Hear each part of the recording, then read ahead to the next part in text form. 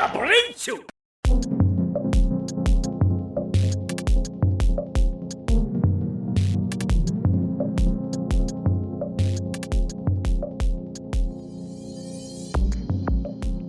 back to another episode of the Cho Super Hyper Podcast. Woo!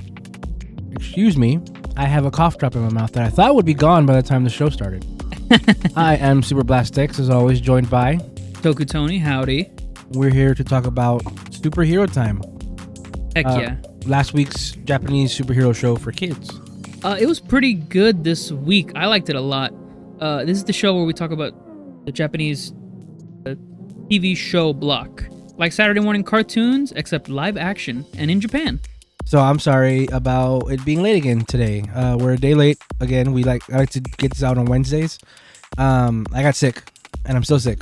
Yeah. So I don't want this to be that long. Hopefully you clicked on this video. No, wait, because this premieres, you don't see how long this episode is until it's over. No, until it's over, yeah. This thing could go on for 5 hours. It's not going to, though. Right. Yeah, so we like to cover the silly Japanese cartoon or Japanese live action shows. We do it every week. As you guys know, episode 102 by now. As you guys know by now, this is episode 102. We discuss our past week, and then we sometimes talk about Toku Toys, which is products and stuff that we get related to it. Not one this week again. No, unfortunately. But it will be coming back soon. Just haven't really had any. I haven't had any time to work on anything. Mm-hmm. Well, I haven't had Toku Toy time, but I have shown some of my photo cards I've been getting for K-pop and J-pop. Yeah. But that's gonna go back to Toku Toys because I have so many mini ply I want to do. And I also have so many Sodo to do and pick up on. I think you just like the word Yudo because you always do that. I do say Yudo. It's, you don't have any Yudos. I mean, you have like singles, but you have never bought a set Yudo. Yeah, I've never bought a set Yudo. Because I like having Sodos like consistently. It just hasn't been for the past year, which is very unfortunate. But I do like saying Yudo, yeah. Which is convenient because the new character is Gary Yudo. Very cool, very nice. Right. Oh man, where's his Yudo figure? You're right. Yeah. I mean, if set 2 is gonna be, if there is a set 2, gonna be the 6th Gary Yudo. I don't even know. The 6th Gary Yudo, and one of the Candeliers, the mooks. One of the mooks. Oh, maybe they don't do those anymore. A silver version and a gold version, perhaps, and maybe I mean, it's kind of a long shot, but Queen, if that's ever shown. Tekajun? Yeah, Tekajun. No, give us Bouquet and Candle Fire. Oh yeah. Do they have quote unquote monster forms? I mean, we haven't seen them yet in the show, right? Are they confirmed for anything? Give me their human forms. That'd be cool. Yeah, that'd be awesome. Our first. Yeah, it'd be. I just like them. First Candle Fire. What's his name? Firestick? Candle Fire. Candle Fire. He was like whatever to me. Well, not really. I did praise his acting. And his facial expressions. I did say that he looked like he belonged in a Love Pat show. Yeah. Sorry, Fire Candle. But yeah, I know this past episode he's really great. And then Bouquet, I instantly fell in love with her because of her idol shit. But yeah, we're sort of getting into the shows before we talk about our past week. What was your past week like? Very, very good. Very, very stress-free, man. Oh, I've been loving it. Because I'm not on call. Yeah. And I'm not on call, because I wasn't on call last weekend, but this week I am. So far, smooth sailing. I've been really enjoying myself this week, even though I'm on call. But next week, I'm not going to be on call because I'm going to go to Austin. And I'm going to go see Austin FC, the football club over there. Apparently, it's very poppin'. Nice. Yeah. You're going by yourself, right? Yeah. No, actually, Derek invited me over there. So, we're going to go. He's never been to a game, and he thought I would really enjoy it. So, we're going to go ahead and head over there. Good old time. Nice. Yeah, and hopefully we'll be able to make some content for Random Tangent. which we haven't been able to. Are you going to be there for the whole weekend? Yes, I think so. I am going to Austin this weekend. Whoa. Hopefully, if my sickness doesn't take control. And then we're going to be there for just a day. We're going to come back the same day, Saturday. That should be fun.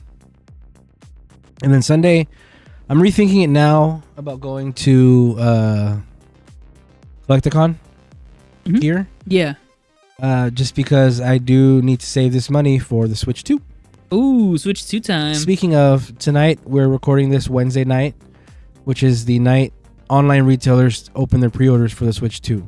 Oh my god. So I might open a window just to see what that looks like here on my computer. You gonna do that?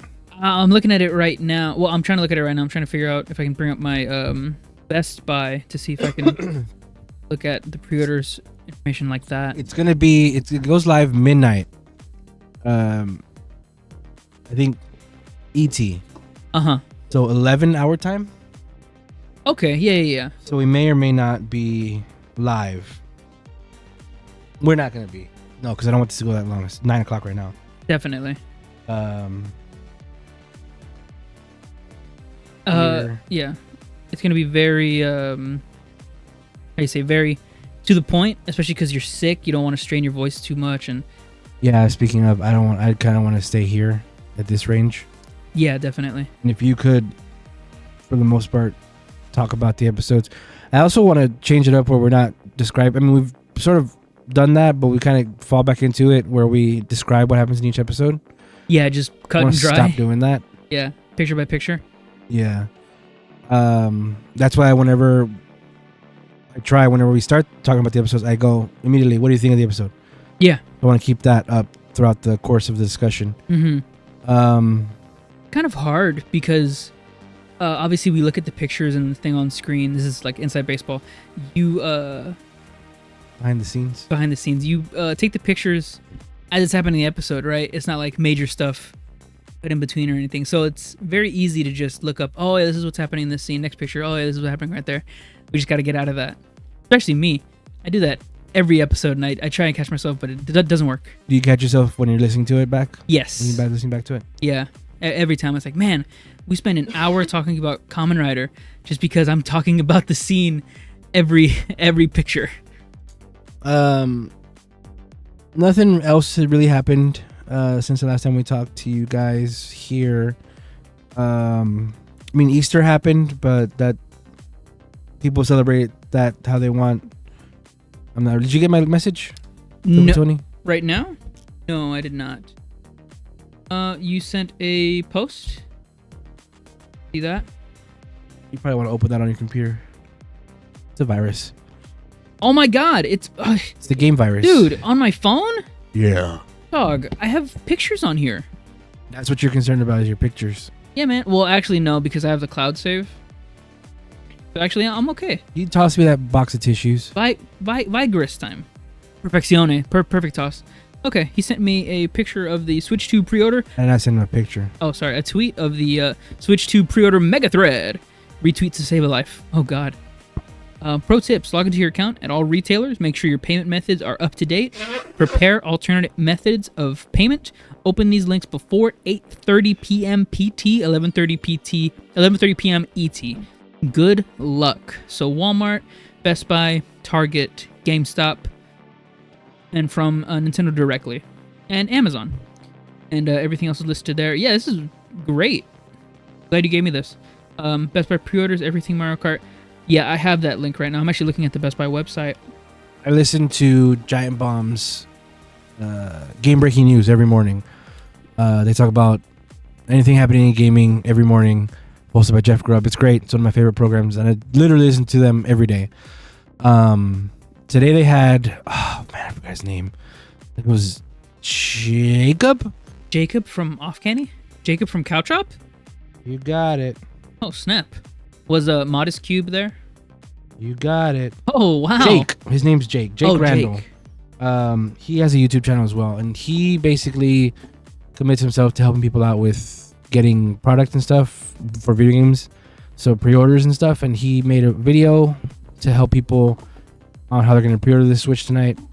Game Breaking News had him as a guest this morning, and they were talking about the different avenues you can pre-order. Basically, what he was saying, and I hate to spread this information because it's just going to help more people. Well, this is coming out after, so. Oh, yeah, true. Come out in the morning. Yeah. Apparently, the best way to go is to pre-order from Walmart because their servers are big enough that they can handle all the traffic that's going to happen tonight. Oh, wow. So, and they're a major retailer, so they're going to get a bunch of systems. Right.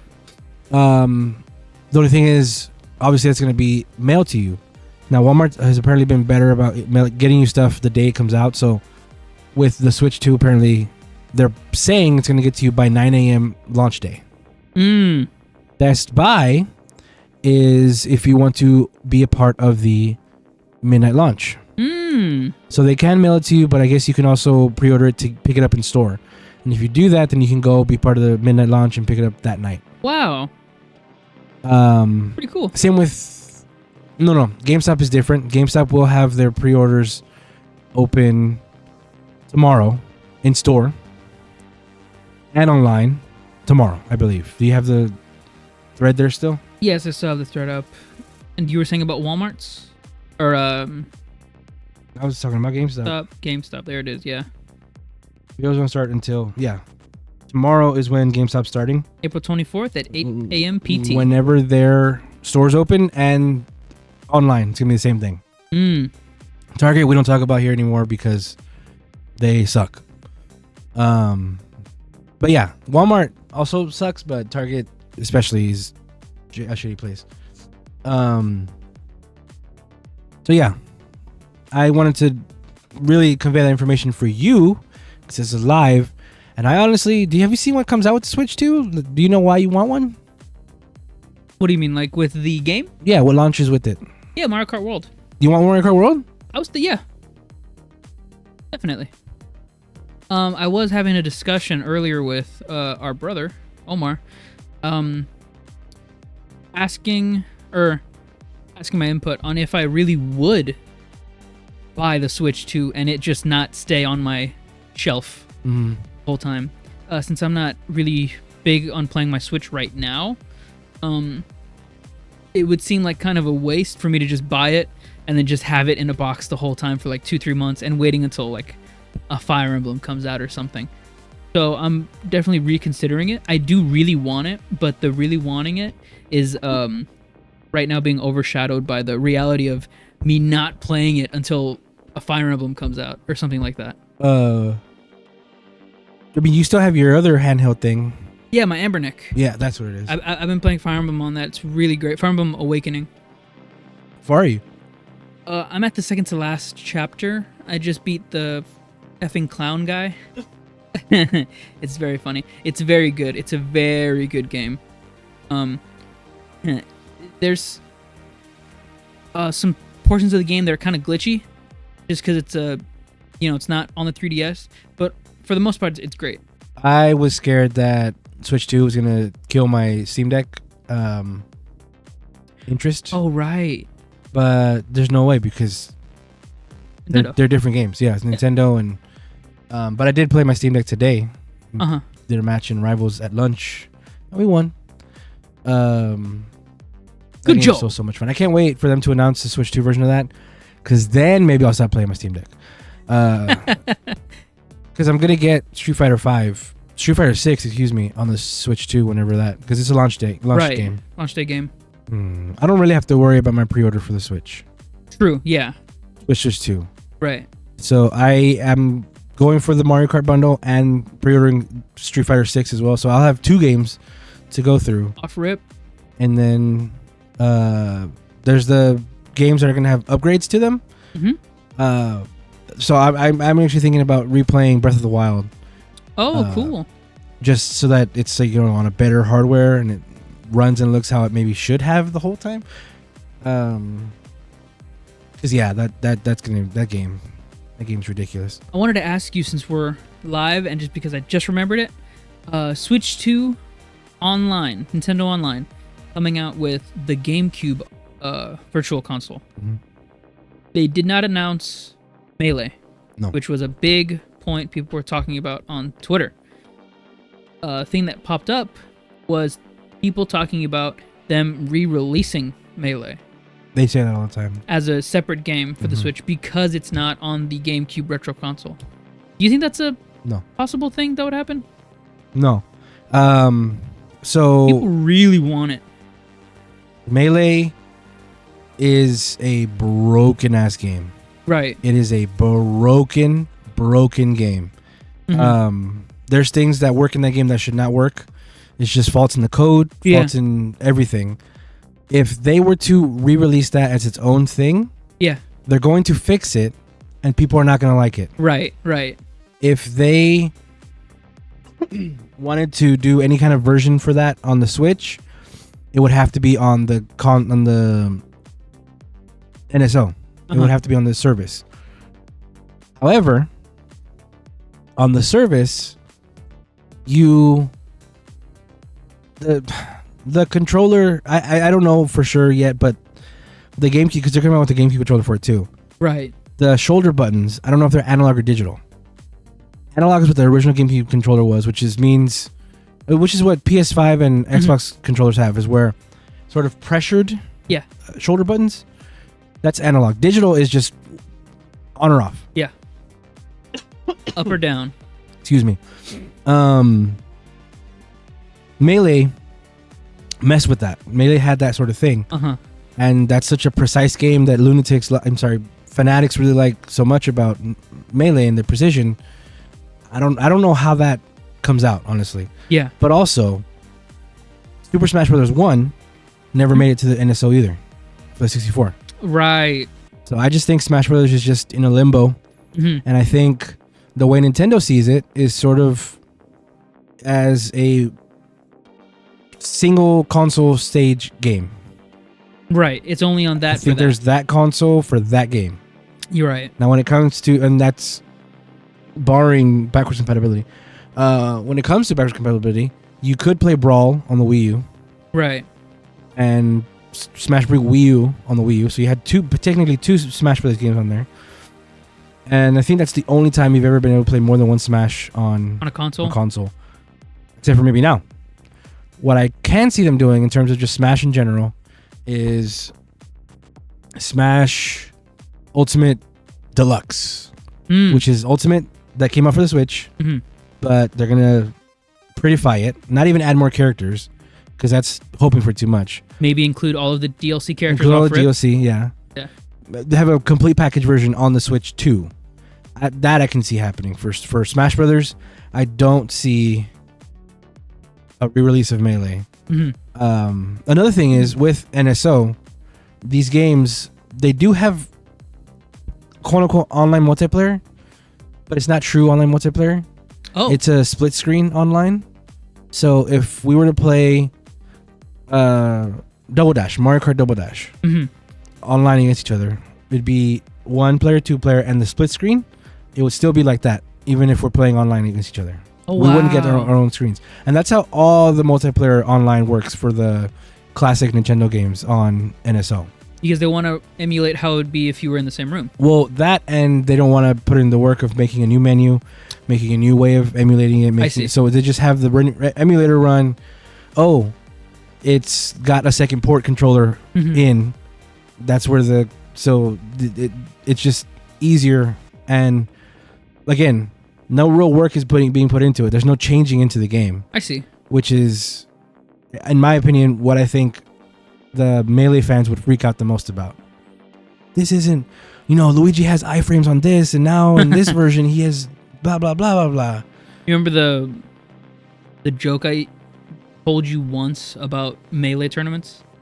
How stinky there? Melee tournaments in the future are going to be two Fox mains playing rock paper scissors over the controller one port slot. Yeah, that's another thing. I saw a TikTok about how Luigi's Hurricane, his down B in Melee, changes depending on the controller port he's in, the stage he's on, oh wow, who he's fighting against. That's awesome. That depends. That all that will change whether or not his down B is charged when the match starts. Oh, okay. He can use his down B vertically. but how high vertically will also change depending on all those factors I mentioned before. It's a broken ass game. That sounds broken. Melee is a broken game. That's why so many people just choose Fox versus Fox because on Final Destination, because that's like the most balance you can get in that fucking game. Like, it's despicable. But I still love it. I got Melee on my Steam Deck. I just got it so I could play the adventure mode because that's a lot of fun. Yeah, it's great. Oh wow, cool. And I also have Smash Remix 64 on my Steam Deck.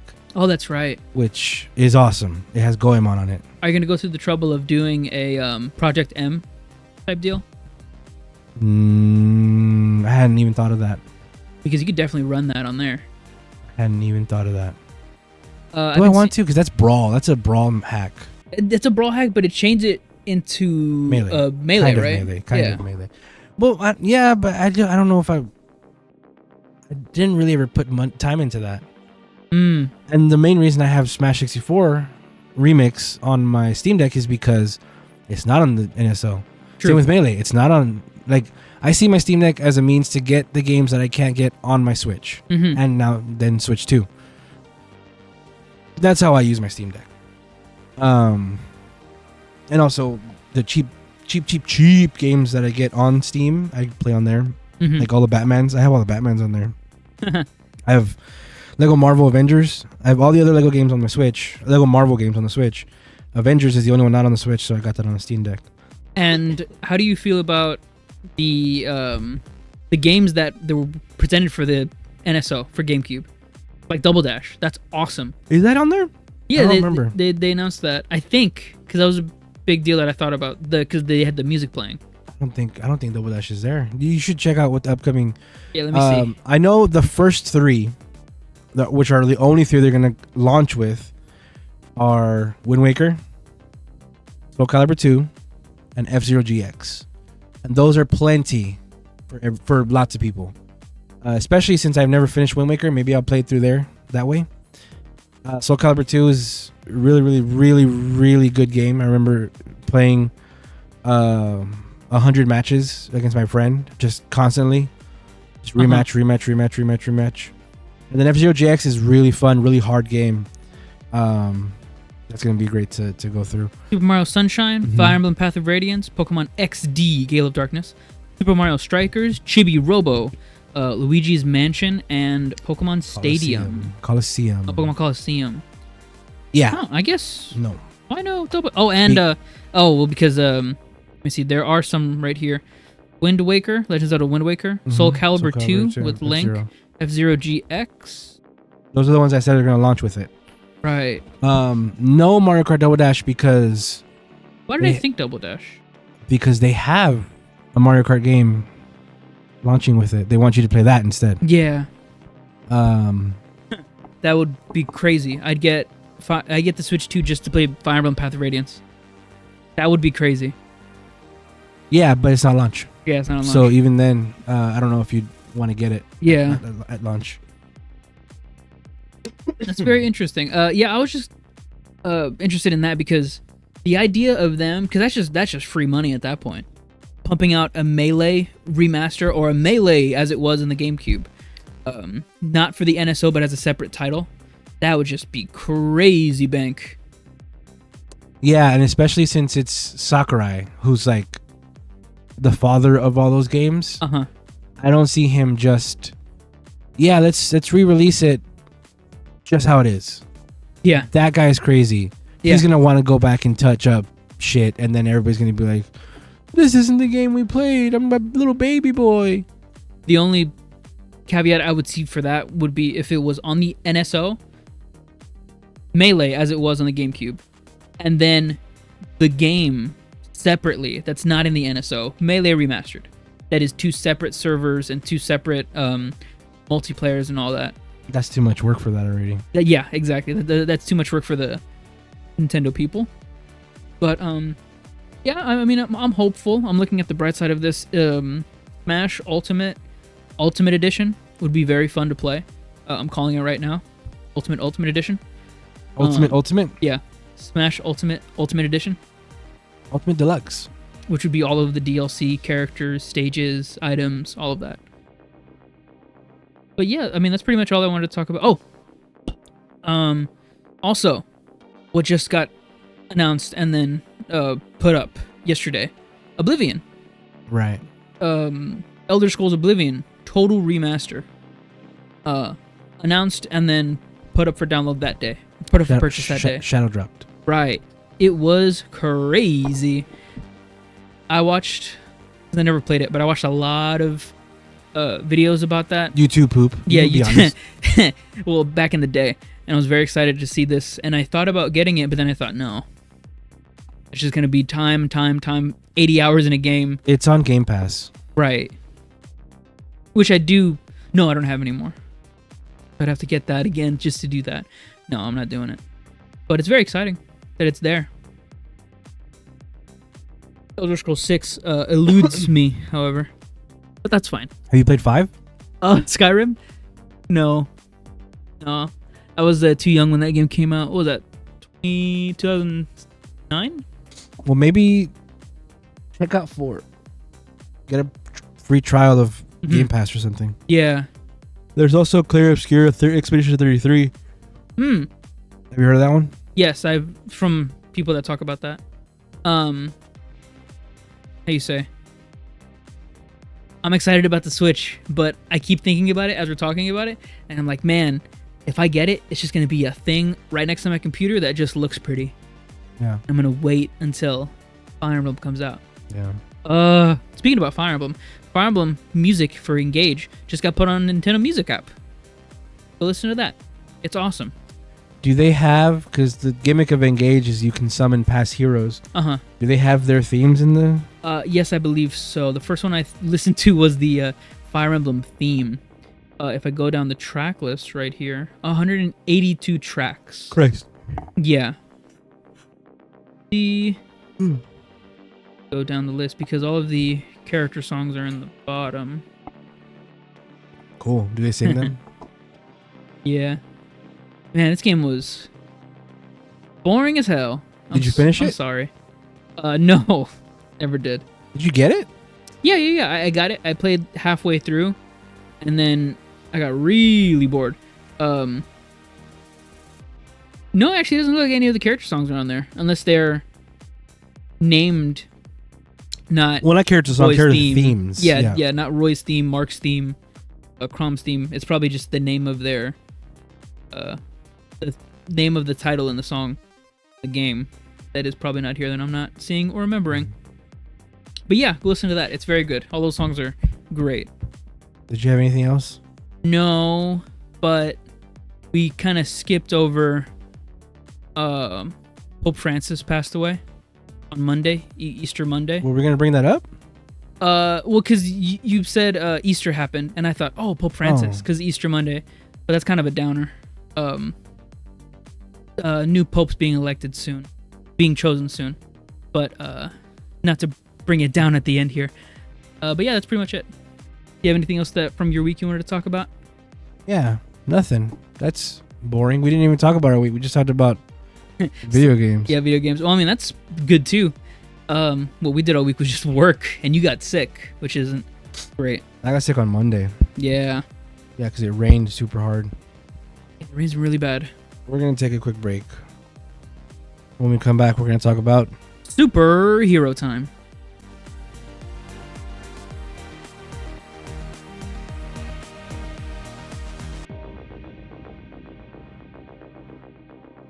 We're back. Gavv 31. Bitter, spicy marriage. Oh, that's misspelled. Yeah. Mirage. Marriage. Bitter, spicy marriage. What'd you think of the episode? I liked it a lot. This is a classic Sentai episode for a Kamen Rider. This is the classic two characters that don't like each other that are stuck together through some way or whatever. The Sentai-ass episode. Yeah, this episode, the two secondaries, the secondary and the tertiary riders, are brought together because they butt heads constantly. It wasn't so much a focus in the past episodes, but this episode really went in on their whole they just really don't like each other thing, and really showing off how Lykia is very much better than Chocolate Man. calling out Chocolate Man's faults. This was the most Looney Tunes ass episode of Rider I've seen in a long time. Yeah, it was fun. And I say that having seen like X8. This was also, I told you, right? Who wrote? Yeah, we talked about this. Yeah, Hiroki Uchida. This episode was written by one of the head writers of Gotchard. Yeah. Which explains quite a bit. Right, yeah, this was for a drama-ass show, and for the past really serious drama episodes, this is a really out-of-place, really fun episode. Crazy tone shift. Yeah. Definitely fun, but it's not like, hey man, this is like a serious story plot happening in the background. Yeah. I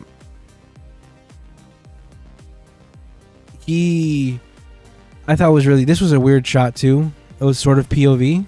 Mm-hmm. As he was walking up, and then yeah. This sort of killed me how distraught she looked. Yeah, this is like makeup for like her being super like emotionally drained and everything.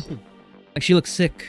How distraught she was, and it brings to light how serious it is that these fucking people are missing. Yeah, straight up for missing. This candy that is still being made constantly.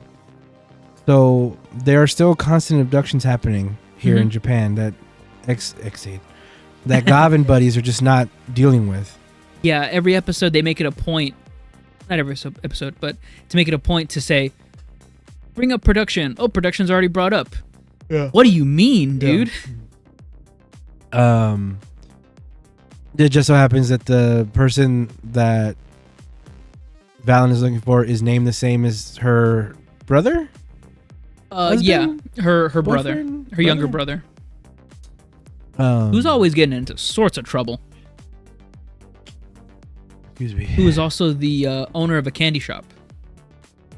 Huh? Isn't that what he said? The owner of a candy shop was missing? No, that was a separate person that Vlad was looking for. Was that a separate person? I thought they were looking for the same person. No, I think that's the only way they could get Vlad to work with him. Because he said he's the owner of a pudding shop. That's right, the owner of a pudding shop. Pudding shop, yeah. Okay, I see. And apparently these two people both went to the same barber. Right. Right. This is very much goofy. As always, Laikia being the best at what he does. Is it Laikia or Lakia or Laika? Let me look up the. I thought there was only one I. The spelling right here is Rakia. Raikia. Lakia. Yeah, Lakia. Lakia Amaraga. But also, I don't trust the spelling here on the wiki because they have Jeep's name as Jiip. Right, but they would not misplace the I. Yeah, true that. Indentation. Uh-huh. Yeah, and also, how you say, Jeep, like I just said, really pushing the boundaries on what she's doing with her siblings. Jeep? Yeah, Jeep. Her? Jeep, what's her name? Yeah, Jeep. Jeep's a dude. Yeah, Jeep. You said her. Oh, sorry. Jeep, him. I get confused with these two. Well, her is dead. Yeah, her is dead. Since the very beginning, I've been getting them confused. Yeah, but he's pushing the buttons. And it's made a point in the episode where he says that Glota is not part of the grudge that he has. Yeah. As we know, it's just Gotchard. But for some reason, Jeep's having a very pointed grudge. Gotchard? Lengo. Very pointed at Lengo. Oh. Getting the names all confused. I'm thinking about Gotchard. Yeah, I wonder what's going to happen next. I wonder if Lengo even survives. This does keep pushing into the thing that people are noticing online, mainly Japanese viewers, how much of a pushover Lengo is. Yeah, really. He just keeps, yes, sir. He even says, yes, sir. Mm-hmm. Or Mr. Chief or something like that. Head Chief, something like that. Mocking him in a way. But still, agreeing to do whatever he's saying. Right. That's a Twitter photo. constantly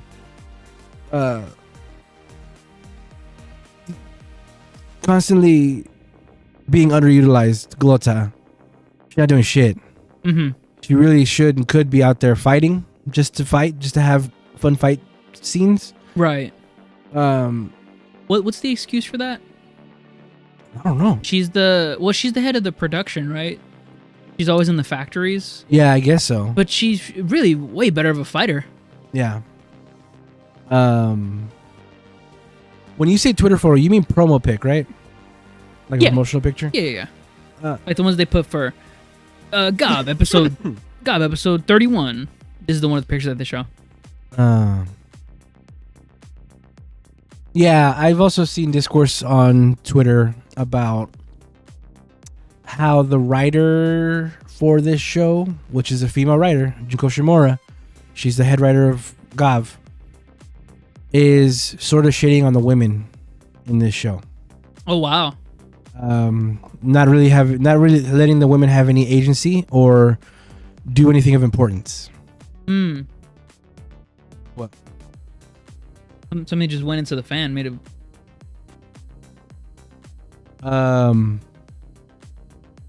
Which I guess I see. I mean, it is a shame Chachika. This isn't even getting back into the thing about her not being a writer. She is just sort of the mom of the whole thing. She's the den mother. Even then, even the most she was getting was like being a potential love interest for like Lakia. That's gone. Yeah, there's nowhere to be seen anymore. There's no hints of anything anymore. Because later on, when then these two are fighting, she's like, "Stop fighting! No name calling." I think that's what really bothered people in this episode about her. Like, also, if Glota, because she's probably going to die next, there's only gonna be 2 females in the whole show, because the other female that was in the show already died. Right. And then moms die all the time in the show. Yeah. So, what's interesting is Junko also wrote Sentai. He wrote Zyuoger. I don't know if there's any patterns there in terms of how she writes male or female in that, in terms of the characters. But I will say, this show is very, very male-centric. I do think that this backlash sort of just comes with us being spoiled the last couple years. Yeah, with having very female-centered and female-oriented stuff like that. Female heroes. Yeah. Protagonists, where we had Jean. Yeah. Still my favorite. We had Nago, even. Ooh, that hurt. We had Majade, of course. Even 01 with 02. Valkyrie. Yeah. Valkyrie. Saber didn't really... Isabella? Yeah, but she was way later in the show. Yeah. And a villain. Yeah. Until she changed sides, kind of. So, I think this sort of talking point about the female characters in the show being sort of short-sticked is because we had so many characters last seasons. Even Lopo. She was fucking amazing. I really wanted her to be like a big main rival for Geats, which she kind of was posed for. Yeah, because she was showcased as a really good previous contender as a rival to Geats. Where I think they even recognize each other. Yeah. So yeah, I'm not defending the writing. It just, this does feel like it goes back to build. Like, yeah, this is definitely this is usual. Like build again, where we even have like a scene in here. Like I said, the no name calling thing. I showed you this clip where somebody played them next to each other. Yeah, the very hilarious clip of Banjo and Grease fighting. Yeah, it is exactly the same as how Hanto and Bakia fight. So yeah, I think all it is that we've gotten new writer fans that got accustomed to the female, lack of a better word, fan service in the show. that are not used to like this is traditional Rider, go back and watch Kuga. Look at how many strong, powerful women are in that. Yeah. Yeah. Mm-hmm. Or from Kuga all the way to Double, I would say. Jeez. Well, like, you know what? Yeah, because the girl in Decade is just a damsel in distress the whole time, right? That's the whole point of that and show. You know what? Yeah. Double too, right? Double? Well, no, she fights back. She has a chancla and she hits people with it. That's right. Classic chancla.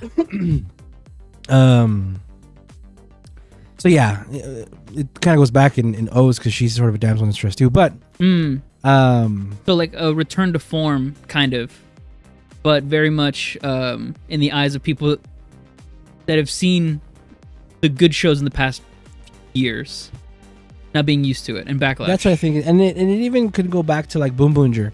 Boom Boonger was very much a Sentai show. Like that could have aired in the 2000s, 2010s. Like Car Ranger. Well, that's the earlier the 90s. Yeah, but like Maji Ranger or Bokenger, it could have aired then. Gozyuger, and it could have been around there, and it would not skipped a beat at all. Right. And to the point where, people were sort of criticizing it that it didn't have any quirky anything. Like everything was super every character was super chipper most of the time, and compared to Kingoger, drama. Dawn Brothers, insanity. Zenkaiger, comedy, insanity. Kira Major kind of was also a more regular Sentai, but still. Boom Boonger happened after 3 sort of really off the wall Sentai. So I'm kind of seeing that here too with Gavv, where it's such a sort of I'm not gonna disparage Gavv too much, but it is sort of like a typical original writer story. Yeah. Return to form. I mean, it's really built. Yeah. Just straight up. Yeah. And I guess people aren't used to that. And I do agree that it's from people not being used to this. I do think Build did it better. I mean, we haven't finished Gavv, so we don't know for sure, but I personally am tired of in Rider of the big bad being a big corporation. Yeah, I'm sick of that. I'm sick of that because it's almost everyone. Even though it is on brand because we're from the States. Right, and I can say that same thing about Sentai. I am sick of the villains being aliens. It's so constantly aliens. Oh, huh. Yeah. I haven't noticed that. Yeah. Yeah, huh. Yeah. I mean, not Gozyuger. Yeah. Not Dawn Brothers. Not the first half of Kingoger. And then not Zenkaiger either. But they're sort of the same thing because they're parallel worlds. Yeah, parallel worlds. But yeah, Sentai is pretty notorious for just space bad guys. Evil organization, maybe. Kira Major, bad guys from space. Yep. Ryu Soldier, bad guys from space. They're from space too. Ryu Soldier? Yeah. Aren't they from space? Oh no, they're ancient humans. Yeah. That's right. Yeah, Mucus, the little booger guys alien from space. Wiseols from space. Boomager. Space. Aliens. Yeah. Not Gozyuger. No. Gozyuger is also alternate world dimension thing, which could be argued the same kind of thing, but it's not out loud space aliens. Yeah. So each of these shows have their own hang-ups and, you know, whatever. And again, I'm not defending because I would love to have more Sachika doing more things. I'd like her to have more of her own agency instead of being a support character. But that's what she is, a support character. Yeah. I mean, you could say that her being the owner of this little business and having her being the head honcho is like her main thing. But yeah, you're right. Having her having more agency would add volumes to this show. And I think it does speak to how Gavv is so drama focused that the story is so focused on those 3 boys.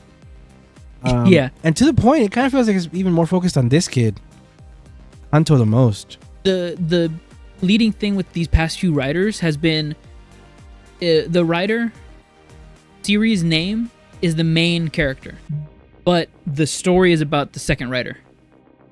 The main character is really the second dude. You talking about Majade? Like Majade, like Keiwa, like Keiwa? Yeah, from Geats. Oh. He was the real writer. Like Holy Live and Revice. He was supposed to be Revice. That belt was for him. And the whole part of the show was that he was so hung up on not being able to overcome his fear and be the main writer. So yeah, you're right. It is really focusing on this guy. It feels like his show. Because he's the human, as opposed to Gavv being the half human, half monster guy. Parallel world. I like this. He recognizes him immediately. And he says, wait, no, I know you. You're the hunter. Wait, you're both hunters. Yeah, he puts 2 and 2 together. This guy's creepy looking. Yeah, what do you think he's supposed to be? Mantis. Oh, you think so? Yeah. I was thinking a cockroach. Gross. Yeah, just because of these blades. That's the only thing that made me think of a cockroach. Those spiny blades. But Mantis also. Blades made me think of Mantis. Yeah. No, yeah. This part of the scene was funny because Hanto wanted to be all super cool detective, like infiltrate the place with his own thing, and then Lakia just shows up doing his own thing, and then it works so much better and so much faster. Really showing off that even though these guys are very different, they are good at what they do and they get the same result in the end, in different ways, which trips each other up, which is what is the focus of this episode. He sprays the thing on them and they're stuck together, which looks like candy. Have you ever seen those candy making videos where they do the taffy and they put them on the ring? Yeah. And it gets like that. That's what it looks like. That's what it reminded me of. This is a really good shot of Silver Boy. Yeah. Yeah, this whole part with them being connected together was really funny because obviously he's a Granite, he's so much stronger, so he's just constantly pulling and throwing at Hanto the entire time, and Hanto can't do nothing about it because, you know, he's human strength. And Lakia feeling the superiority is really just having him try to be out of the way, Hanto be out of the way the whole time. But since Hanto's so stubborn and he feels like he can do it, that's where the conflict comes. You know, this was really funny. That's Sentai stuff. Stop. Sorry. Yeah. He pulled the gun on him and then he, retaliated. Yeah, we haven't really talked about it, but Lakia's costume changes have been really cool. His whole character design is super nice. I like it a lot. Yeah, he might be my favorite writer in this season. Mm-hmm. And that's not just Silver bias talking. It might be. Well, it might be, but it's also very valid because he hasn't lost a single fight in the show so far. Right, this was his biggest L. Right. Just him getting pancaked. No, not pancaked. What do you call this? Floured? Yeah. Just caked? Yeah. We're not gonna say he got caked up, guys. Yeah. Yeah, this is the biggest L he's taken. Just flower to the face. Yeah. This guy, I didn't expect him to come back so quickly. But yeah, he's back at the candy store. We don't know much about what's going on, but apparently there's a main focus. Gavv gets taffy from this, caramel from this guy, and it's a new Gochizo, which apparently is going to be used in the next episode. We see. Oh, yeah, I didn't pay attention to that. In the preview. There it is. Caramel Mel. Wow. Sweet caramel Mel. Going back to what the Gochizos can do, like how we saw in a few episodes back where he ate popcorn and then got a popcorn, which wasn't a form, but an attack. I really like that. I love that they're using the Gochizo in a different way, and that this one isn't going to be a form, but it's going to be a type of attack thing. I like that so much. I was waiting for that this whole time in the show, not just marshmallow form, chips form, whatever form, candy form. Make it an attack, please. And this is what they're doing. I would like forms. Yeah. Because that's Rider proper. Speaking of build. Build Yeah, build. had 1 million forms. Yeah. Because it was 2 bottles and then best matches. Yep. Bananas. And especially with Rider being Rider, the way the powers usually work, it could just be armor on top, just like Gaim. Just like Exade. Mm-hmm. They like sort Zeo. of right With the armors. right. They got away from that. Yeah. It kind of brought it back with Geats, where you could mix and match different armor sets or whatever. Right. But nothing was really armor on top of. And now that I think about it, has there been any Reiwa? Oh, fucking 01. Oh yeah, that was like the whole 01. thing for 01, right? Yeah, at first. Yeah. But First yeah, 5 things were armor. I missed that. I missed armor on Riders. That's what it was. That's how that toy line used to work, at least. Right. And like I said, it's really showcased. I'm saying that word too much. It's really exemplified with Gaim being that their name in the show is Armored Riders, not Kamen Riders. Yeah. Return to Armored Riders, please. Yeah, man. Because like you said, like he could be regular gummy form, and then Caramel could be boxing gloves. Yeah. And that's it. He could have like a bandana, caramel bandana on his head. Uh-huh. And then that's it. Or he can do popcorn. He could get popcorn bombs, and they're like on his chest, and he throws them from his chest or something. I don't know. I do agree that I like that they're using the gochis in different forms, but I miss armor. I miss different forms. They could have done that if they wanted to be really cheeky about the way that they do sweets, because this is a sweets rider with fruit. If he got orange slices, pumpkin bombs, if they wanted to be cheeky with it, but they could have furthered the idea with the chocolate on the chips. Remember that? Yes. Yeah. He could have had a chocolate drizzle over his chip form, and that could have given him a gun that shot chips or something. I don't know. You know. But yeah, definitely. I was listening to again Jeff Grubb, one of his podcasts, and they were talking about Andor because that just came out. Right, season 2 premiere. Do you watch that? No, I haven't. He said he said, I'm not quoting, but he said, I try to watch shows the way they're presented and not the way I would want them to, because that's a toxic way to watch a show. Right. So everything we're saying, we're just critiquing it, right? We're not saying this show is bad because it's not like how I like it. Yeah. Yeah. But I mean, we're not invalid. You know what I mean? Like they did have armor. Yeah. They did have armor. They did have a way. Yeah.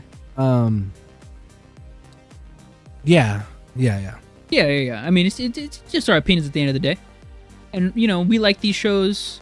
It's just on a level of how much and how per item and topic per shows.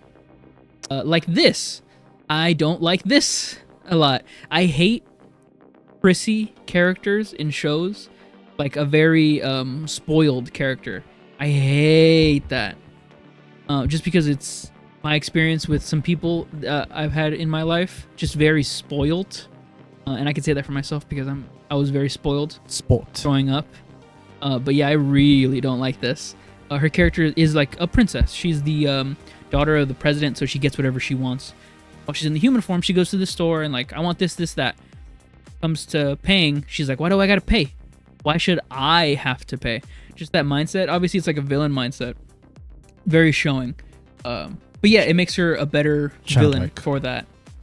Even though it's such a simple trope. Like I told you. Yeah. About her face. Yeah, she is. I didn't understand it, but now I do. Yeah, it's pretty good casting. Yeah. However, I do wish Ryder would stop doing this shit where they hire these young ass actresses. Yeah, what is she, like 15? She's 15. Do you remember the last 15-year-old they had? Also a villain? No, who was it? Baroba? Oh yeah, Baroba was 15. Yeah.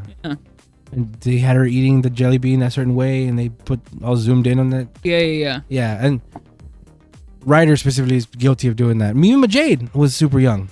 Yeah, Majid was 16, I think. She turned 17 during the show. Right. And then, I mean, the little girl. Oh yeah, Atropos. Atropos. Yeah. Yeah. It was 9. Yeah. I think. But yeah, you gotta stop doing this, guys. You gotta chill. Bandai. This was good. His reaction to her face was because that's all she did. Yeah. She said, "What do you mean I have to pay?" And he's, "Oh shit." That's like your reaction whenever you first saw her. Chills. Yeah.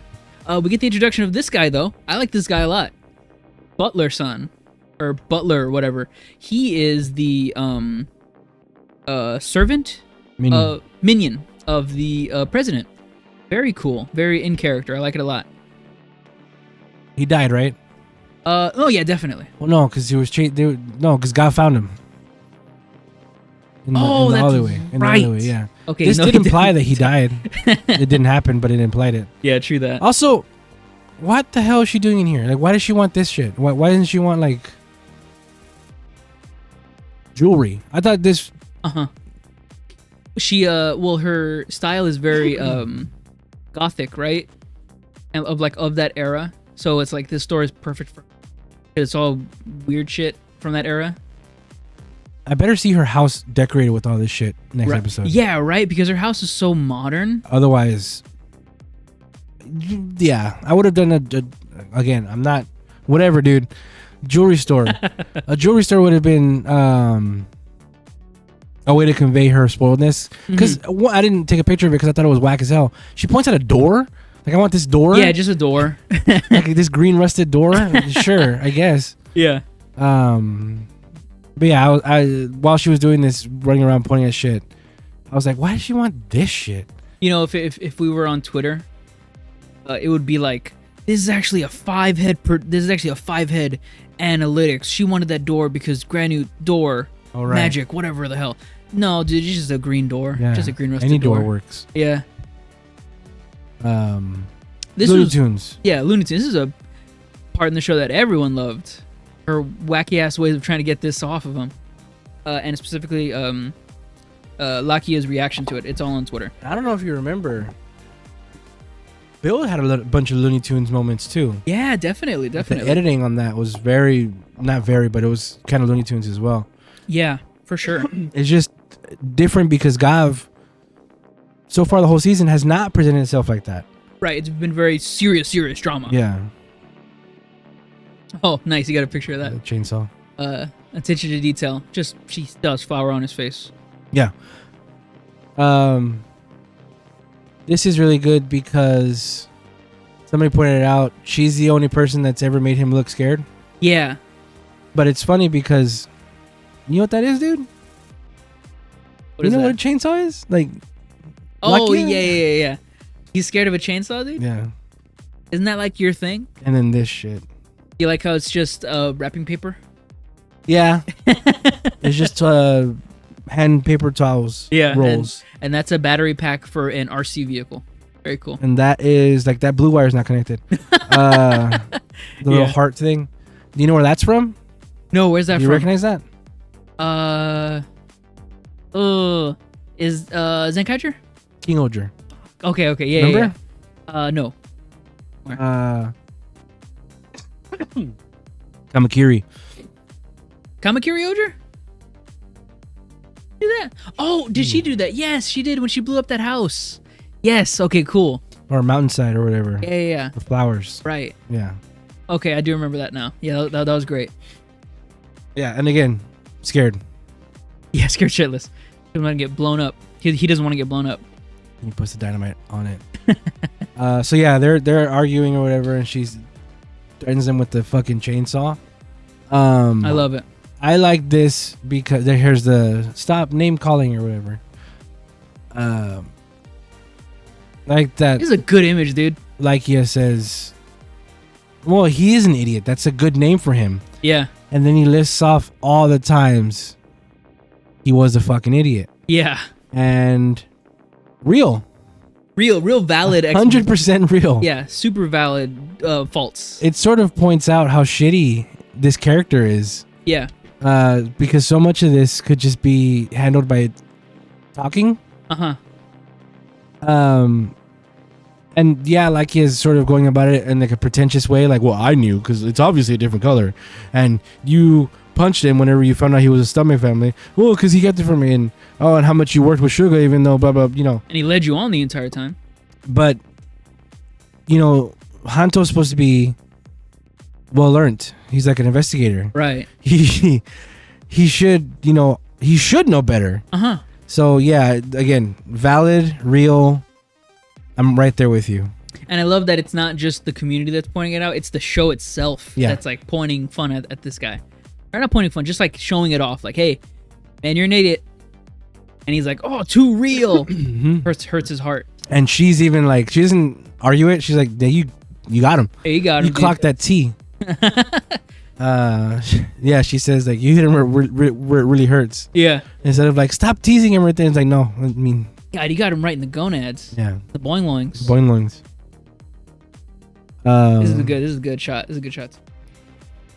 Oh, I like this a lot too. He goes, human or granny? I just don't fucking like this guy. Yeah. It doesn't matter. It doesn't matter at this point. Oh, yeah, this is a good point. People were talking about it on Twitter too. That the Grenades like Lucky and not Hanto? Yeah. The Hanto Grenades, says, the Gochizo. Yeah, the Hanto says to Gochizo, because they're trying to talk to him. You want to go in the gun? Yeah. Here, get in my electric chair. Yeah. And then they're like, no. And then with an actual granite, their heart struck, whatever. Very nice. Funny. Looney Tunes, he gets dragged again. No, yeah, this, the ending for this is very much whatever, for me, personally. Well, because they're back to doing the two-parters. Right, yeah, and I thought this episode was very, very short when I was watching it. I was like, oh, okay, this is the end? Because it didn't feel like a whole thing. It was very much just fun antics, which I wasn't used to for this show specifically. But yeah, and this ending thing where they finish the being stuck together and they get stuck together again, but it's just for that one shot. It's fun, right? He's getting dragged around, and the little funny moment where he's in the pudding shot or whatever. That's fun. This little moment, this is Looney Tunes ass moment with him not understanding the Gochizo language and the Gochizo understanding. That's cool and all. This is a drama show, guys. Yeah, it was. Remember when he henchened in Sugar's office? Yeah. And nothing got affected by it at all? And he's in it right now, and he's like effectively drowning. Yeah, I thought this was going to be it when they hench and then that's what breaks the thing. I really thought that was going to be it, but no. Like in most anime or just shows about butlers, the butler is crazy OP, and he's actually like a 10th level fighter. This gets stopped immediately. There's no fight here. Yeah. Yeah, Gav's barely in this episode. Yeah. Good on Lakia for just being the best at his job. He figured out the weakness, figured out how to get him out of the stuck together thing. Almost beat the villain if Hanto didn't get in the way. Really, just 10 out of 10 for this guy. Bam. Breaks, and they have the clarity. It's an ugly face, man. Yeah, I told you. Golly. Like a flower. Skeleton. Yeah, it's a orchid. Look, yeah. Orchid mantis? Yeah. I see the eyes right there on top. Well, the little arms. Oh, yeah. Yeah. Heck yeah. He trips and falls, and yeah, like you said, But this was a really good fight. It was very fun to watch. It's very dynamic with this smoke in the background, or the fog and all that, and obviously the location of where they're at, this shrine, and it turns out it was just a husk. He got away real quick. Whatever. Oh, that's right. This big moment at the end. Lakia sees the mantis strike from the tree, and it brings him back to the moment of seeing his brother with that same type of strike on his back, and he gets, what is it, shell shock? PTSD about his brother? It's like, oh, this is the guy! This is the guy! And he gets a 1,000-yard stare at him. I think that's where we end the episode, right? I think, maybe? Or maybe we come back to Gavv, right? Gavv, yeah. Where, what's her name? Lizelle, like, come with me, Gavv. We gotta talk about this. End of the episode. Yeah, pretty much. The butler is OP. Yeah, I don't know what she wants, and I think he gets kidnapped or something. I don't know, because it looks like next episode is the two teaming up to fight Gavv or something. Right, yeah. Very confusing, but I'm excited for what comes next because it seems like this is just the checkpoint where everything's fun and exciting, and then we're getting back into drama next week. Yeah. So, oh yeah, this is the ending right here with pudding and chocolate spinning around together. I gotta win this episode. This is a good episode. This is a 10 out of 10 Sentai episode. 8 out of 10 Rider episode though. Maybe 7.5. Lakia really carries. Did you see the live that happened yesterday? I think I sent you something on Twitter or TikTok or Instagram. Uh-huh. Was it Insta Live? Oh, no, I don't think I saw it then. Tire Handle Oh, really? He was live. went live with Tanto. Whoa, what are they doing together? I don't know, maybe they're the same agency. Oh, true that. Maybe. But yeah, I mean, you said, however, you liked the episode. Any closing thoughts before we go to Sentai? I think so. I mean, let's see where they go after this. Alrighty. And with that, we're going to Sentai. Gozyuger. Let's go.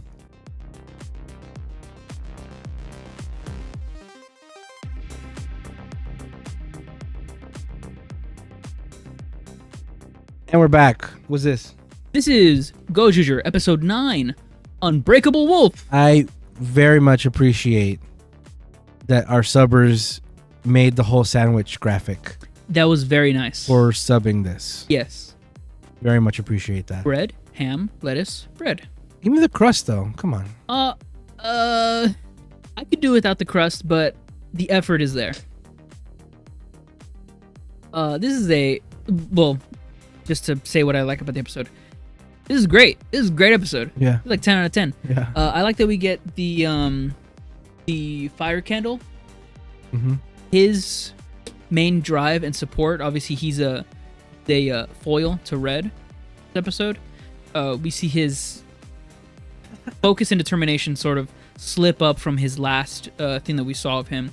Now it's getting put back by His rival. Goju Wolf, his rival. Not knowing, not without him even knowing. Exactly, and that's so great. I'm so glad this is a comedy still. Like, it's not overall a comedy, but they're doing comedic shit. Like, Right. He's obviously their waiter or whatever, and he gives them water, and it's filled to the fucking top. Yeah, and he sort of slams it. Yeah. He slams it on their table, and they're like, "Oh, he's so..." Because I guess that's the kind of shit you're looking for. Right. To preface this, this is a butler cafe. Yeah. And each of the butlers has a specific. Because I've looked into this before with the people. I'm going to Japan. I'll check out this BL cafe. Whatever. Each butler has a specific trope. Yeah. And Goju Wolf's trope is that he is brash and they kept saying avant-garde. Yeah, he's avant-garde. He's old school. Somebody pointed out, and I wish they didn't, because it sucks. He has a job. His whole thing is that he has a job. He's supposed to be a loser, jobless guy. Yeah. As soon as he stops being with the Gozyuger, he gets employed. Well, hey man, you get it. He doesn't do anything to get fired or anything, so I kind of hope he stays here. He's really good at his job. He's really good. Yeah, see, like, he drops his team, and he's great. Yeah, even his boss right here is like, "Hey, you've been doing really good. If you get any of your friends involved, I can make it worth your while." Who is great? She's great. Let's keep her on the main cast. Yeah, I also love that it's like it's true to life. A lot of these maid cafes are run by women. Oh yeah, because they know what other women like, and they can obviously bring the talent in like that. Now we see it more later in the show, but the main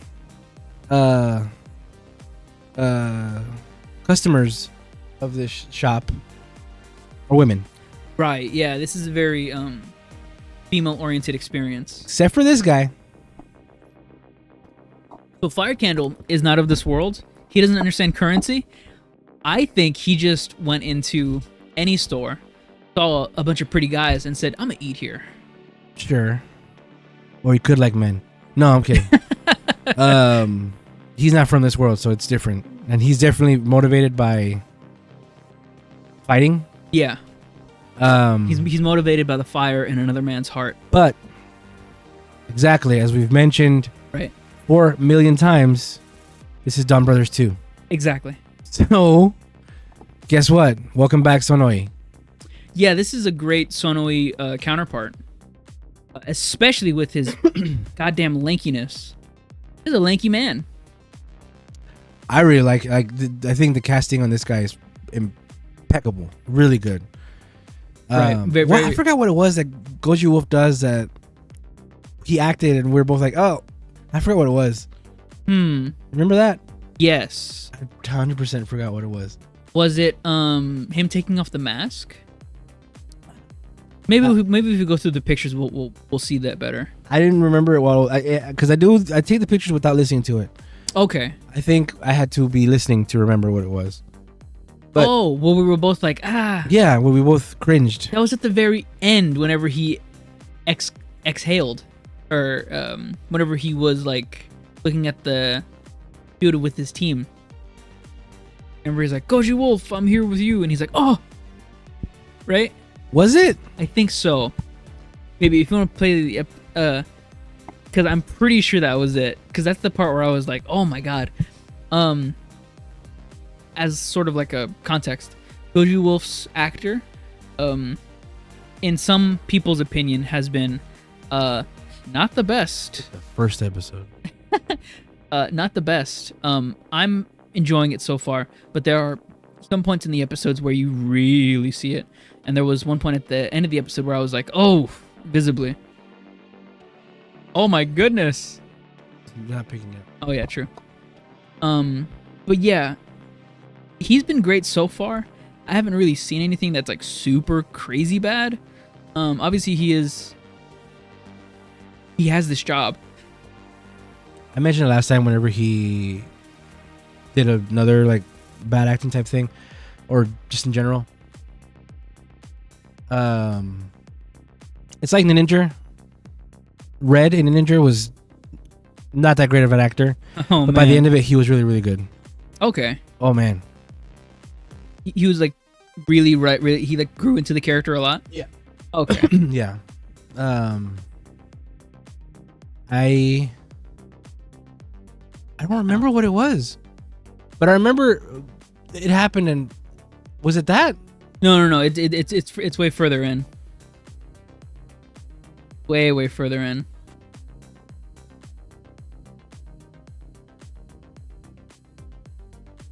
Not when they're back at the cafe. There it is. Oh, that was it.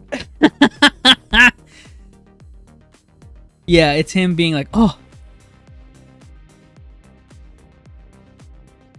Yeah, I mean, damn. Whatever. But he is like, it's just a shame you really notice it because everybody else is doing just so great. Like even Fire Candle, holy shit. Especially Fire Candle. God, he is so good with his facial expressions and tone and his voice. Great casting overall. Yeah. Oh man, him too. Kaon. Yeah, Kuon. Mm-hmm. Oh man, and apparently he's like a seasoned actor, and it shows. Right, he's a big drama guy. Great for this Dawn Brothers ass show. Having a really, really good drama guy, yeah, you're right, be in the middle of these goofy ass characters. It shows how good of an actor he is and how wacky of a show this is. But you know, it all makes for good television. In the end, it's good because he's, as we can see, he's going insane. Right, as this show progresses, during the end of the episode, not to spoil too much, but he was shown with a big old X scar. Yeah. And his final words is, "Hoiru, Goju Wolf, I will have you destroy me." Yeah. Just so like, okay, Jesus, guy. Yeah. Chill. But here he reveals that he's his brother. He's telling everybody it's his brother. Right. But speaking of that, what you're saying, I do like at the end when he's fighting him and he says, "No, you're not my brother. you're Kuon. Right. You know, signifying that he's a different guy so that he can sort of be comfortable with beating him. Right. So that's going to be tough. Also, did you notice that the Kuon totally has like super facial hair? Makeup covers it up a lot. You can see it in the other close-up shots. I saw it in the first episode that he was in. It's just, he has all the stubble in the world, and they just covered up with makeup really well. Oh yeah. But yeah, he's such a, and this outburst. Yeah, this, I don't know. I feel it feels unfair whenever I praise the shit out of Sentai. Why does it feel unfair? Because I want to do that for Kamen Rider. Oh, well. But I think it's because Sentai, and I've said this before, knows not to take itself that seriously. Right, it's all about having fun. Except for King Oger. But King Oger rode that line like crazy. Yeah, you could really...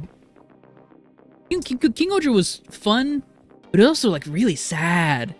Really sad. And yeah. And you could also say the same for Real Soldier. It was fun. No, we don't talk. No, that's it was sad. Real sad. That's too sad. I don't know. Yeah, exactly. That up. And it's sad for like external reasons as well. Yeah, multiple reasons, multiple levels. Speaking of King Oger, the other night I was drinking and I rewatched that scene in King Oger. Okay. That scene. Yeah.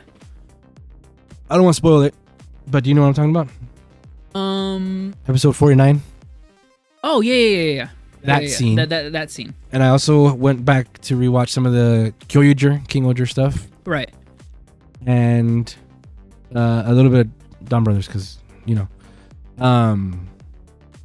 man, yeah, those I could just pick any episode from those seasons and just watch. Oh, and I also, because I was just scrubbing through a bunch of Sentai shit, I wanted to rewatch whenever Rika Matsumoto showed up. Oh, Boom Boonger. Right. Because right after that, do you remember what was right after that? No, what happened? The fucking tire guys. Oh yeah, commercial guys. See, that's what I'm talking about. Hey, these guys were in the commercial. Don't take yourself that seriously, and you'll have my heart. That's so ridiculous that they did that shit. Hey guys, have you seen the commercial? And they didn't have any lines. No lines. Just thumbs up. Hey guys, you remember these guys from the commercial? We don't watch the commercials. That's too bad. Oh man, yeah. So like I said, it was for people who just watch the downloads, don't watch it live. Or like, what the hell is this? Right. But if you watch the show as it broadcasts, you'll see the commercial airs for those tire advertisements. You're right. It's just so good. It's funny because even if you didn't know the context for those commercials, it would still be funny with how they acted. Right, yeah, it is still, yeah. But with the added context, with us seeing the broadcast, it just makes it like another level of funny. And the same thing with Rika, too, because if you don't know she's Boom Boom's voice actor, right, then it's just another lady. Yeah, it's just some random lady. Yeah, but knowing that it is that's pretty cool. And he calls her Miss Satoshi-san? Yeah, Satoshi-san. Satoshi-san, which Satoshi, yeah, it's great. It's because she's to voice Ash. Satoshi. Anyway, past Sentai talking about. Let's talk about this one. This was a great episode. It's funny. This exact thing happened in Gavv. Bad guy thought they could get away with just stealing. Oh right, from an establishment. Right. And here, a goofy thing happens in Gavv. You're right. Dark stuff. Murder. Yeah, and then I love that it has all the girls' attention. It's to be boy versus boy. She says, "You're really cute," or "You're really looker," or whatever. And him. That's what I also love about Sentai villains is they're villains, but they're also stupid because they'll go along with the Earth thing immediately, just like the Sun Seeders. Yeah, they'll go along with the antics that are happening at the moment all the time. They'll just drop their evilness. Like that happens a lot in Kyoryuger too. My favorite. There was this one scene where the bad guys for that episode, they had their own roll call. So they did roll call number 2, roll call number 3. We are the Zetsu mates. And then you cut back to the Sentai, and they're sitting down just watching it. They go, oh, all right, our turn. And they get up, they start doing it, and the bad guys, no! And they shoot them before they could do their roll call. Nice. It's it's great. But like I said, I love that the villains also are not taken seriously. Yeah, very cool. And even here, he's like, oh, you little puppy, you're going to cry away? Because he doesn't want to do it. He doesn't know that this is the wolf guy, but he still makes dog illusions. Because he's got him on his mind. Right, the whole time. This was also interesting. Went right to him, skin to skin, touched him. Yeah, forehead. Forehead to forehead, straight up. Lonely wolf butler? Yes, lone wolf butler. Something like that. Yeah. Sorry, no, I just said just to continue. There's another thing here. These guys are great. Yeah, they've really grown into this spot, haven't they? Yeah. They have their own designated like seating arrangement. And the spacing is good. It's a good set. This obviously is it feels the same, like colorful. Colorful. Yes. God damn it, you knew the name. Yeah. Colorful. Yes. It looks the same, just way bigger to fit these characters and to fit their very colorful personalities. I took this because I wanted you to talk about his shoes. They're really nice. They're red tops. These look like it's just regular leather, but when I first saw them, I thought it was ostrich, just because of those now 20 bits right there. Now you know they're not gonna spend money on no ostrich. No, they got the fake J's for Alibaba J's for Taya last year. Yeah, but man, come on, Zenkaiger, he has the official. They could also be fake. Yeah, true. The Jean-Marc 2008 collaboration shoes. This, I said it when we were watching it, was very much an Oni sister take. I thought that Sumino did. I do like, so we see him enter and then we cut back to the competition. This shock was not because, oh, it's the guy that we fought before. The shock is, oh, it's the president of that AI company. Right, because which they I don't like. know. Yeah. It actually reminds me again of Dawn Brothers, sorry. Where even though Oni sister saw Kiji brother Henshin, I don't know if you remember that. She saw him Henshin, and then a couple episodes later, she saw him again, and Henshin, she's like, oh, you're the guy. Even though she saw it before, it was kind of like, well, yeah, but there was all kinds of shit happening. Yeah. Didn't remember it, and she didn't know him from Sam. Could have been any old dude. Right. But yeah, that reminded me of that. Very good intros. The a mock of the Goju Wolf versus Fire Candle fight. That was really fun. Yeah. In the maid cafe, it's on their own thing. Hey man, he's cheating. Yeah, so he has powers, and this is what he's using them for. Like I said, the villains, they're just fuck it, going along with it. Cheating, man. What do they say for him? So cool, something like that, or I don't remember. They say something like for Goju Wolf, they say so avant-garde. They say something for him too, but I forget. I think this was the best thing he did. Obviously not as sweet as you, and then he sucks on the flower. That made me cringe a little bit. I don't know what the hell that is still. He did it last episode. Oh, sucking on the flowers? Yeah. It's for the nectar. But it's not, you don't do that usually. Gross. This was really cool because he cut up a pineapple and he produced all of this. Yeah, pineapples, lemons, mandarins, strawberries. I like even the dudes in the back. Yeah. Said that weird. Yeah. Yeah, those guys, they might actually work. Yeah, they're workers. Yeah. Yeah, he covered up a hole with the stitching. That was pretty cool. I like this a lot. That's great. So that he did this whole thing? Like right in that moment, he stitched up a wolf. That he has this skill. And he's like, I see the shit I did? Look at that. Yeah. And you see, he's very successful. Right. He's a really good employee here. And this, of course. Sales are up the roof. Oh, so good. Up the ceiling. She said, this might be the most productive day we ever had. Back at Juder. So she gives him her business card because, you know, she is an investigator and he's a president AI, maybe networking. Something out of that. Yeah. And then that's when he drops that he's the brother, and everybody sort of perks up. And he sort of calls him out. Right. Can't be friends with him. And yeah, he's such a good cast for this guy. Good casting. The touch of her going back to grab her card off the table. Yeah. Perfect. He says, I determine who Horu's friends are, and none of you will cut it. Yeah, the X. He is what does he say? He is my love, he is my brother, he is mine, he is my toy, he is my puppet. My puppet. Yeah. Yeah, so to this point, they still don't know he's right. Gyurudo. Right. He's some weird guy. Just a total creep. But, or, you know, they know him as the AI president or whatever. Mm-hmm. But again, her taking the card, that's such a good character thing. And, like, it makes this feel more alive. It's not just a prop that was there for that scene. She's like, oh, you know what? Never mind. Never mind. Yeah. And yeah, I like how imposing the dudes are. Like, what are you going to do about it? And yeah, pulls out the ring. I guess I just got to fuck you up about it. Yeah. And then they react. I think they've seen the ring before, right? They saw the ring last episode. It's not just like they're reacting to.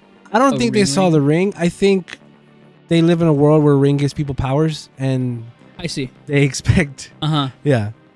But it does have the face of the queen lady. They haven't seen that though. So I don't know. Yeah, true. But they do know. Hey, this dude put a ring on. That's what we do. Shit. Also with an X. Yeah. That sort of thing.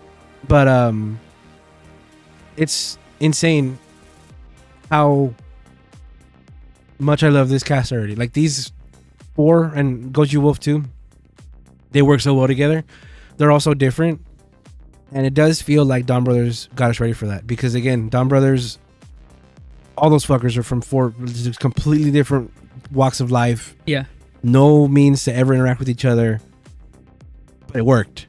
Just like here. And again, when I was watching some Dawn Brothers stuff yesterday, now they're all just random dudes. Oni sister is just a high school student. Yeah. Salaryman, Kiji brother, Wabi Sabi dude, and then the fugitive on the run. Like, there's nothing really that brings them together other than being Rangers, just like here. Right. Damn, you said Ranger. That reminds me of the Twitter argument that came up this weekend or this past few days.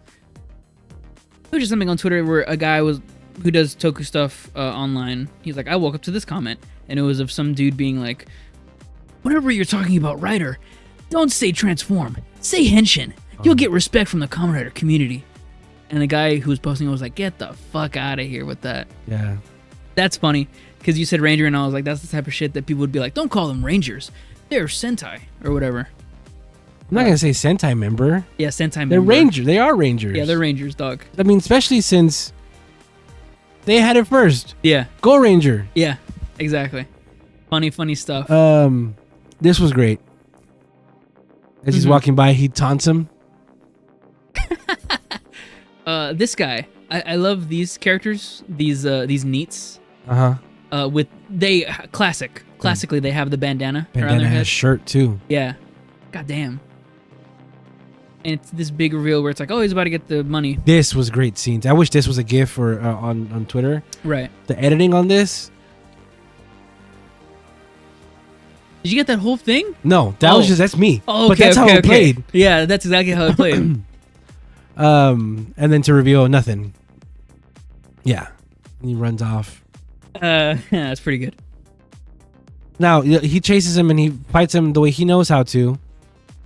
Putting out his fire stick. And he does hit him. He does actually fuck him up. Yeah, he hits him. And he hits him back. Yeah, it's like a real brawl. Yeah, and then it's hilarious. The cops intervene and that he stops. Yeah. He's a villain, but like... No, the authorities will handle it. Okay. Yeah, this was a cool little heart-to-heart. Still doesn't see his face. They don't see each other on different levels. No.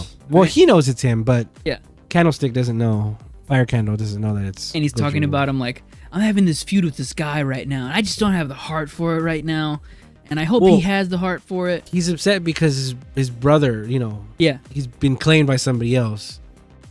But yeah, that killed his fire, but not really, because he uses his losses as motivation.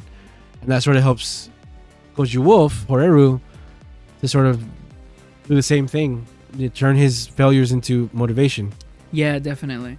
It was a great lesson for kids. Yeah, a good exactly. fucking episode. Whenever we watch these episodes, I'm very big on the thinking about it like this is for kids. What do kids like about it? Great messaging, especially in the Sentai where it's always the messaging of the episode is the big thing about it. Don't play with your balls in the street. Yeah. Make sure you crosswalk with your hand in the air. Yep. Don't play behind cars, park cars. Have an umbrella when it's raining outside. That was a funny one. Yeah. Miss Boom Boonger. Are those holes? There's a holes, right? He had stuff in his ears? Yeah, he has it looks like 3 piercings. That looks like a helix, and then 2 smaller ones. Yeah, definitely. That's where his, I don't know if you saw his stick, came out of his earring. You see it right there? Oh, I see it, yes. Oh, I didn't catch that in the episode. Okay, that's cool. I thought he just pulled it out with his fire. Okay, that's nice. Little touches like that. Also, his eye color detail, I like that a lot. Don't know why it's like that. Oh, what just happened? You gotta take a break? No. Okay.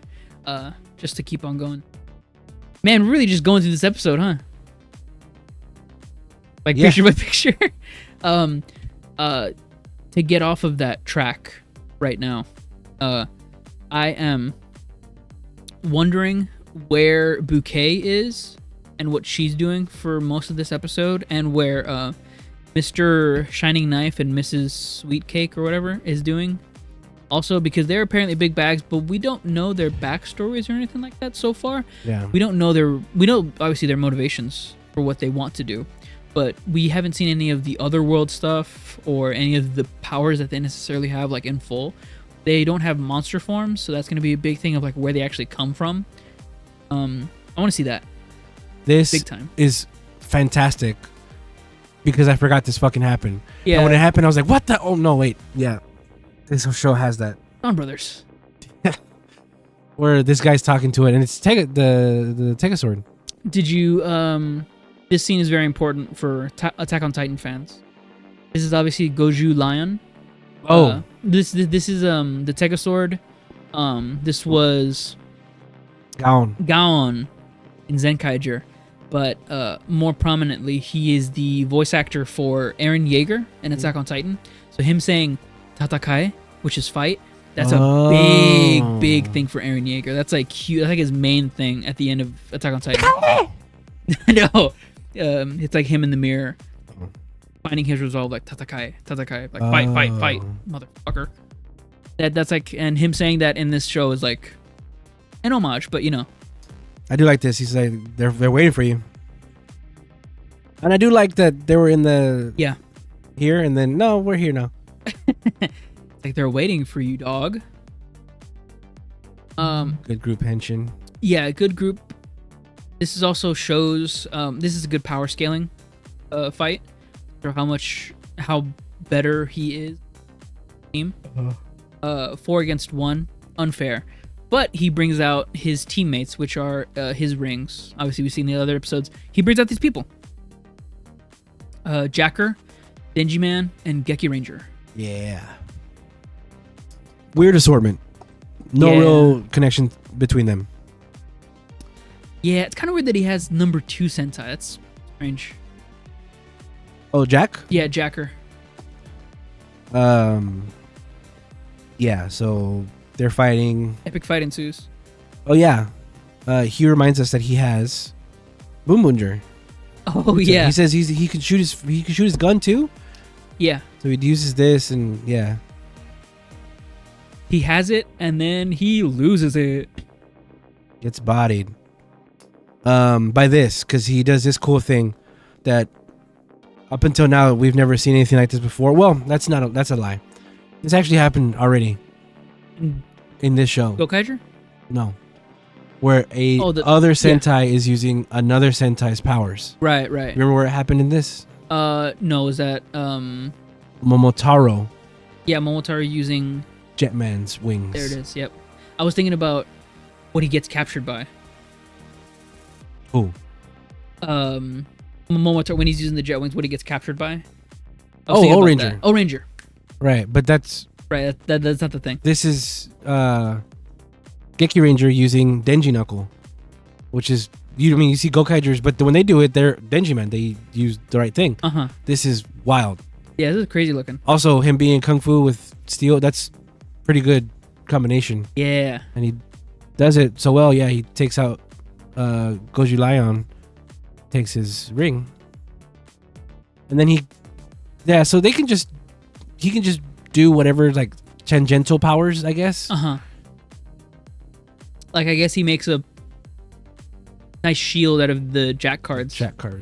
Cool.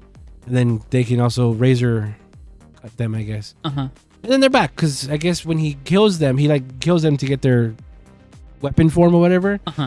They just come back. It's fine. They're just back. Hodu shows up on the scene. Finding here is resolved, really. But he has no ring. Nope. They're still fighting. And they tell him this was touching. It's the kind of trope where they like him, but they can't admit it. So they say, right, you owe a debt to us. And you're not going to go anywhere until you pay us that debt. Very, very touching. But, you see through it. And it's like, oh, actually, they like me. They want me to be there. And, of course, that's thrown away at the end, which is great subversion. Right, yeah. So, yeah, it turned out Ryugi had his ring, right? Yeah, he had it the whole time. Ryugi being... No! Rikuo. Blue had it? Blue had the ring, yeah. Okay. I'm a sucker for blues. Not so much this Sentai. I'm really liking green. Oh, yeah? Really liking old guy. You liking Gotchard? Yeah, I'm liking Muppet Man. It's crazy. Cool shot. Yeah, he has all those holes in his cape, which is presumably from fighting other ring bearers. Nah, dude, he cut them himself. He's edgy. You think so? Nice.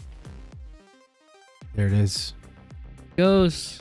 He does it. Woo! And he finds his resolve. I thought the thing we're gonna get out of this was his dream. His goal was to surpass his brother. It wasn't stated. That's it. No.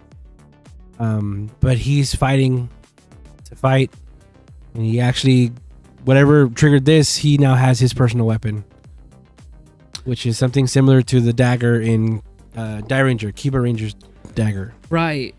What is the item called? This thing? Yes, I'm trying to find something it. 50 caliber? Yeah, I think you're right. 50 caliber. Let me get this character's page and abilities. Arsenal, yeah. Wolf caliber 50. Wolf caliber 50. It's pretty broken. Yeah. Because he does this. It's pretty funny. Somehow causes a shift in the entire continent. Like the whole cliff face. Just. Yeah. We saw it. We loved the camp, but we were like, oh, fuck, come on. Yeah. Come on. And he can open these portal things, and he can move through them. Right. So similar to like a wormhole. Dash through them, yeah. And he takes out all three of them. And then he fights his brother. Fight. They do the whole 0x thing. Ding, ding, ding. Yeah. OX. Right there. Yeah. Epic fight ensues. This is a good fight. This is a good fight. This is a good wire work. Yeah. They're conveniently behind the anti-explosive barrels. Yeah, these barrels that are here. Yeah. But no, it was a good fight. Yeah. Wire work again, really good. It shot off his weapon very well. Yeah, I like that he did these portals and they sort of closed in, letting him manipulate his brother into striking him. This was a screenshot people were using. He's gonna be he's the number one loser. Oh, okay, yeah. There you go. Impact frame. Yeah. Or like sunset frame. Still very nice. Yeah, look at that. Look at that. And what did he get out of it? Ninja. There it is. Not even a ring he was using. Oh, the the actor you were talking about. Oh yeah, look at that. Nice. Shit. Very cool. I wonder. Maybe I can learn from this guy. I wonder why they gave him this one. I wonder if we're gonna see something. I really want to see because the mech is in the beginning right there, his solo mech, right? Mm-hmm. I want to see that in the show. Similar to how Daijujin is in the show. Robomaru, I believe. Yeah, I want to see what they do with him. Robo. Only because specifically, like I said, Daijujin, the other mech, is in the show. And it's shown that you can summon these things. Or certain people can. Ninja. Yeah, good on him. I think this is his first or second ring that he's ever gotten, right? This is his first ring? No. What is the other one that he got? He has like 5. Oh, right, he got Momo Taro. That's right. Someone on Twitter actually, I'm glad you told me that. Because someone on Twitter actually made a picture, I saw that of all too. that. Shinobi Maru. Very cool. Of all the rings that everyone has. And, yeah, Blue has Bagel.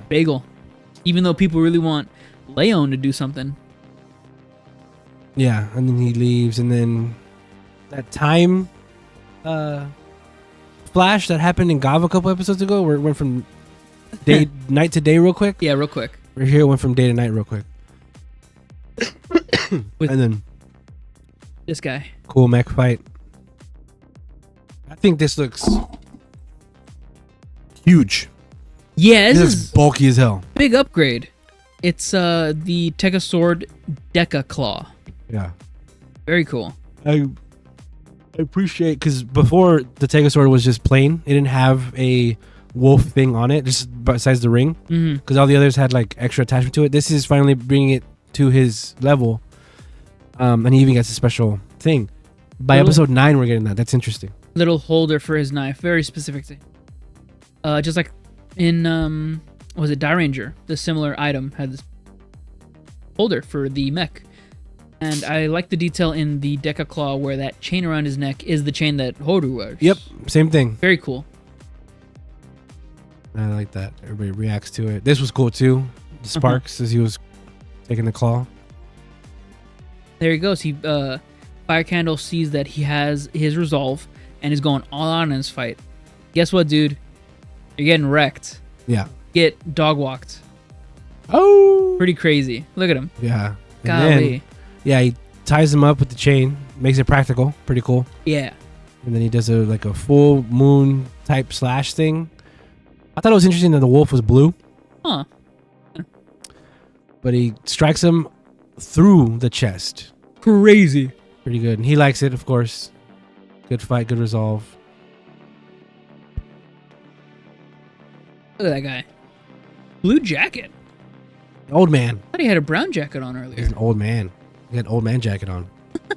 Yeah, it's like a smoking jacket, right? Yeah. Maybe the night confused you.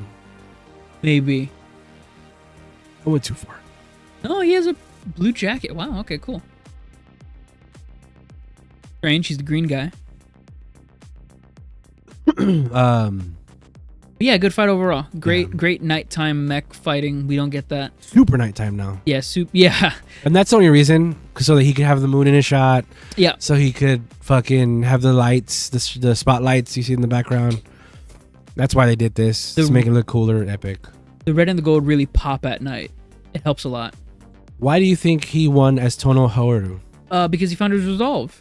It's about him being the person. It's not about him being Goju Wolf. I think he won as this because he's not back in the Goju's yet. Oh, okay. And then next week he's gonna go back to Goju Wolf if he wins. Okay. That's what I think. I see. I see where you stand. Yeah, this is where it becomes an anime. Where everybody's, or a traditional Sentai. Oh, can't let you go yet. You always did. They're all being on cutesy wootsy with him. Gotta pay your debt. And Horu's like, oh yeah. She even says like, you don't mind if I get the drop on you. So they are kind of saying psychotic shit, but they're doing it cutesy wootsy. Right, as a thing of like making the excuse of, yeah, we want you back, dude. Yeah, and then Horu's like, oh, could you give me a discount since we're friends? And they're like, fuck off, bro. I need my money. Give it to me. I need my money. You have a job, right? You're doing good in that.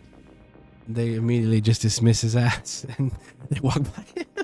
No, but seriously, debt is important to pay off. Yeah. And he's like, what, guys? Come on. Yeah, so that's a great subversion. It's sort of the opposite of Dawn Brothers, where Momotaro will maybe he perceived as sweet, but he's not. Right. Yeah, so then we're back to here, and we see this man crumbling. He actually lives in this world with all those beer bottles. He's a beer bottles. Oh yeah, up there. Beer bottles and pizza boxes. He's a disheveled guy. Yeah. And he lives in this world primarily, I assume. But we see, just like I said in the beginning of this recap, the big old X scar, which we don't know what that means, but it's ominous. Gross. Yeah. So, great episode. Yeah, pretty good. I can't wait for the next week because it's going to be a black and green episode. Oh, it's going to be. Yeah, it is. It's going to be about ages. One's really young, one's really old. I think they're going to even reference Showa. Oh, right. It's not Heisei, Showa. Right, Showa, because he is a such an Showa. old man. Yeah. And she's going to be like a Reiwa representative. Yeah, if we were going by the old man actor's age, he would be a Showa actor for his prime in that time.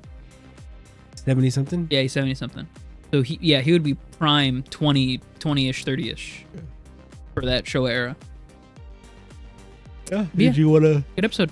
This is a 10 out of 10 episode, I think. Really just for how fun it is and how just how much of a Sentai it is and the message at the end of the day.